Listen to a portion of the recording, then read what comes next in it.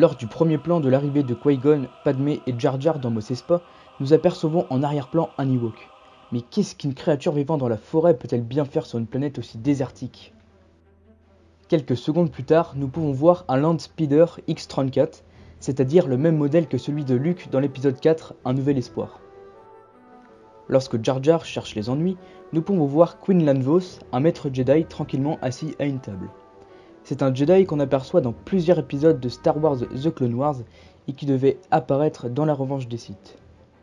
Warwick Davis, l'acteur qui a joué Wicket, le premier Ewok visible dans Le Retour du Jedi, a eu droit à un caméo dans plusieurs scènes lors de la course de pod. Dans le Sénat républicain, lorsque la reine Amidala propose une motion de censure à l'encontre du chancelier Valorum, nous pouvons apercevoir un extraterrestre, mais pas n'importe lequel. Vous l'avez reconnu? Eh oui, c'est bel et bien E.T. l'extraterrestre ainsi que 2 de ses compagnons.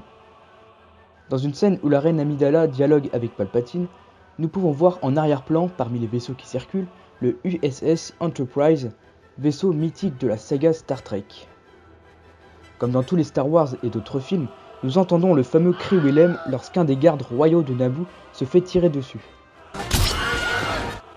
Lorsque les droïdes de combat se font désactiver suite à l'aide d'Anakin, nous pouvons voir sur le dos d'un d'entre eux le nombre 1138 qui fait référence au premier long métrage de George Lucas, THX 1138. Si vous restez jusqu'à la fin du film, vous entendrez à la toute fin du générique quelques mélodies de la marche impériale suivie de la respiration de Dark Vador.